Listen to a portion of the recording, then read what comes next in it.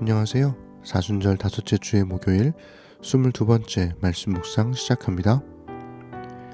예수님의 생애에 담고 있는 네 권의 복음서에는 예수님의 가르침과 삶이 기록되어 있습니다.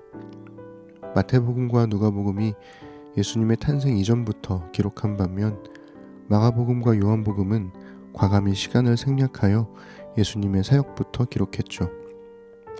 예수님이 33살 즈음에 십자가에 못 박혔다고 본다면 마태와 누가는 33년을 압축해서 기록했고 마가와 요한은 3년간의 사역을 기록한 셈입니다. 모든 걸 세세하게 기록할 수 없기 때문에 어쩔 수 없이 어떤 이야기를 기록으로 남길 것인지 어떤 주제로 무엇을 강조할지를 결정해야 합니다. 여기서 각 복음서의 특징이 드러나죠. 그런데 네 권의 복음서가 동일하게 강조하는 것이 있습니다. 바로 예수님의 십자가와 부활 사건입니다. 복음서는 앞부분의 이야기를 어떤 식으로 압축하든 십자가로 향하는 마지막 며칠만큼은 아주 자세히 기록했습니다. 작정하고 속도를 확 늦춰버립니다. 작은 순간조차도 놓칠 수 없다는 듯이 복음서를 읽는 모두가 이것만큼은 놓치지 말아야 한다는 듯이 말이죠. 최후의 만찬은 목요일 저녁이었습니다. 예수님은 제자들과 함께 성찬을 나누시고 그날 밤 감람산의 겟세마네 동산에서 밤새 기도하셨죠. 그리고 깊은 어둠이 가득한 새벽에 잡혀가셨습니다. 그렇게 예루살렘의 종교 재판이 시작된 겁니다.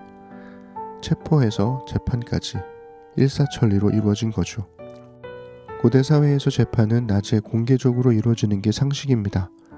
죄 혹은 무죄를 증명할 증인들도 필요하고 이 판결을 통해 사람들에게 주려는 메시지도 필요하기 때문입니다. 비록 새벽에 잡혀왔더라도 모두가 잠들어 있을 그 시간에 재판이 이루어지진 않죠. 그런데 이게 웬일일까요? 모든 게 준비되어 있다는 듯이 곧바로 재판이 시작됩니다. 겟세마네에서 기도하신 예수님만 밤을 샌 건 아니었습니다. 예수님을 죽이려는 이들도 밤을 새며 준비했던 겁니다. 오늘은 마태복음 26장 57절에서 68절을 읽어드릴게요. 예수를 잡은 자들이 그를 끌고 대제사장 가야바에게로 가니 거기 서기관과 장로들이 모여 있더라. 베드로가 멀찍이 예수를 따라 대제사장의 집들에까지 가서 그 결말을 보려고 안에 들어가 하인들과 함께 앉아 있더라.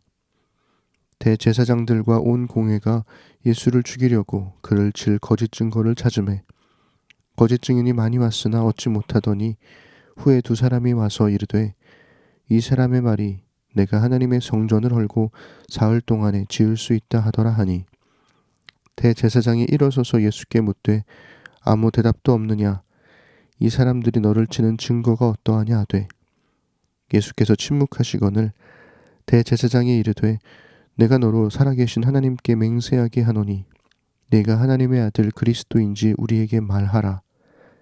예수께서 이르시되 네가 말하였느니라. 그러나 내가 너희에게 이르노니 이후에 인자가 권능의 우편에 앉아 있는 것과 하늘 구름을 타고 오는 것을 너희가 보리라 하시니 이에 대제사장이 자기 옷을 찢으며 이르되 그가 신성모독하는 말을 하였으니 어찌 더 증인을 요구하리요. 보라 너희가 지금 이 신성모독하는 말을 들었도다. 너희 생각은 어떠하냐? 대답하여 이르되 그는 사형에 해당하니라 하고 이에 예수의 얼굴에 침뱉으며 주먹으로 치고 어떤 사람은 손바닥으로 때리며 이르되 그리스도야 우리에게 선지자 노릇을 하라. 너를 친 자가 누구냐 하더라.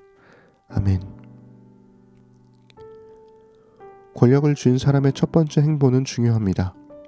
그 사람의 권력이 무엇을 지향하는지, 그 사람의 가치관이 어디에 무게중심을 두는지를 그대로 보여주니까요.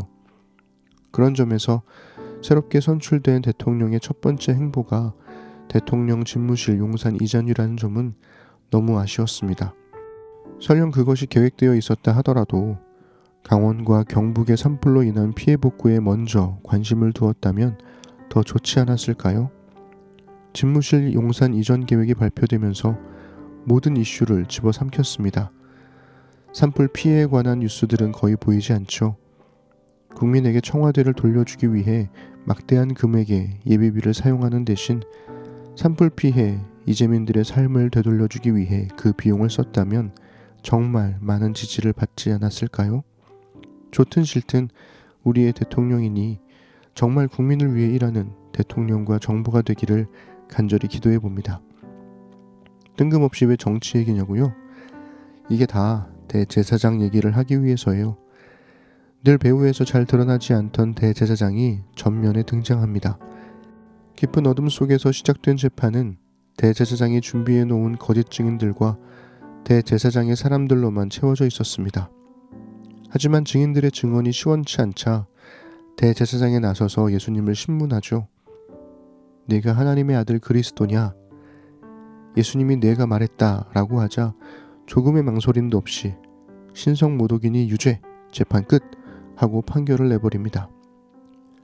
로마의 지배를 받던 이스라엘에서 대제사장은 종교적 최고 지도자일 뿐 아니라 로마 제국과의 정치적 협상을 통해 자치권을 얻어낸 권력자이기도 했습니다.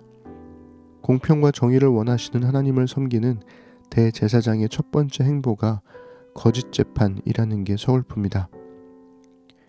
깊은 어둠, 거짓 증인, 거짓 재판. 하나님의 이름으로 이루어진 그 자리에 하나님은 수치와 조롱을 받고 계셨던 겁니다. 바로 그 거짓된 어둠으로 물든 사람들을 구원하기 위해서 말이죠.